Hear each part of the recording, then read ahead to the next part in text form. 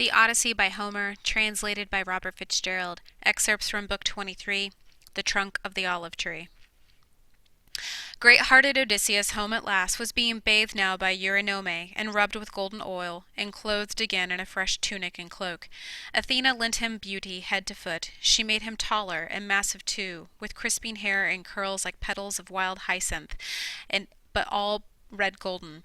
Think of gold infused on silver by a craftsman, whose fine art Hephaestus taught him, or Athena, one whose work moves to delight.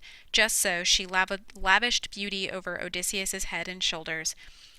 He sat then on the same chair by the pillar, facing his silent wife, and said, "Strange woman, the immortals of Olympus made you harder than any. Who else in the world would keep aloof as you do from her husband if he returned to her from years of trouble, cast in his own land in the 20th year? Nurse, make up a bed for me to sleep on. Her heart is iron in her breast." Penelope spoke to Odysseus now. She said, "Strange man, if man you are, this is no pride on my part, nor scorn for you, not even wonder merely. I know so well how he appeared boarding the ship for Troy, but all the same...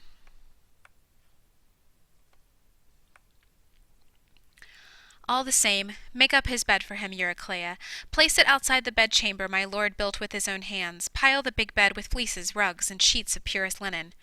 With this she tried him to the breaking point. He turned on her in a flash, raging, "Woman, by heaven, you've stung me now. Who dared to move my bed? No builder had the skill for that, unless a god came down to turn the trick. No mortal in his best days could budge it with a crowbar. There is our pact and pledge, our secret sign, built into that bed, my handiwork and no one else's. An old trunk of olive grew like a pillar on the building plot, and I laid our bedroom round that tree, lined up the stone walls, built the walls and roof, gave it a doorway and smooth-fitting doors. Then I lopped off the silvery trees and leaves and branches, hewed and shaped that stump from the roots up into a bedpost, drilled it, let it serve as a model for the rest.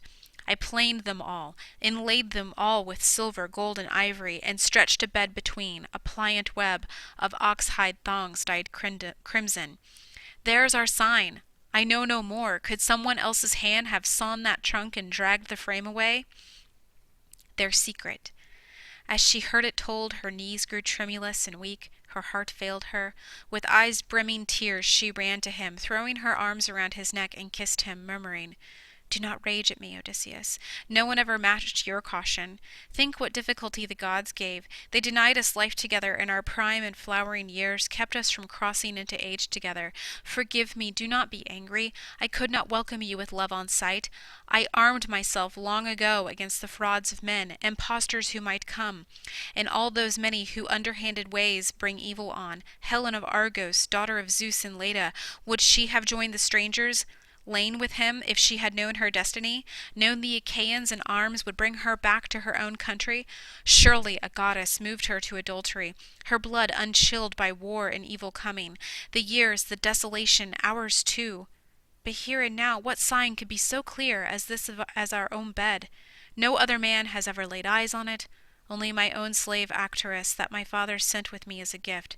She kept our door. You make my stiff heart know that I am yours." Now from his breast into his eyes the ache of longing mounted, and he wept at last, his dear wife, clear and faithful, in his arms, longed for, as the sun-warmed earth is longed for by a swimmer spent in rough water where his ship went down under Poseidon's blows, gales, winds, and tons of sea. Few men can keep alive through a big surf to crawl, clotted with brine, on kindly beaches, and joy, knowing the abyss behind.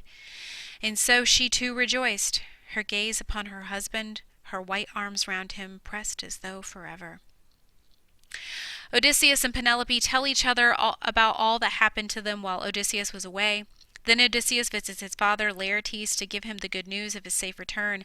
Meanwhile, the townspeople, angry about the deaths of the young suitors, gather to fight Odysseus. In the end, Athena steps in and makes peace among them all. Little side note here that none of the excerpts really addressed exactly how Penelope dealt with the suitors during the 20 years that Odysseus was gone. Odysseus has a reputation for being very crafty and very wily. He's obviously shown in the excerpts that we've seen his ability to disguise himself and to be a great tactician, and Penelope is definitely his match.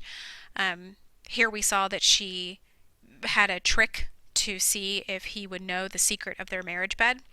But the way that she was able to delay the suitors for so long was to say that she was weaving a burial shroud for Laertes, Odysseus' father, that he was growing older and feeble and he was near death, and that she felt it her duty to make him a burial shroud ready at his passing, and that she could not marry someone until she was done weaving the burial shroud. But what no one knew is that with each progress that she made at night, she would unweave a little bit of it. So she just kept going and going and going until one of the maids who had been sleeping with the suitors ratted her out. And the men were onto her kind of here at this point in the Odyssey, close to when Odysseus is returning. And that's when she turns to do the contest with the axe heads. So that's the end of our excerpts. Hope you enjoyed listening to them. Hope you enjoyed listening to me read them. It was kind of fun.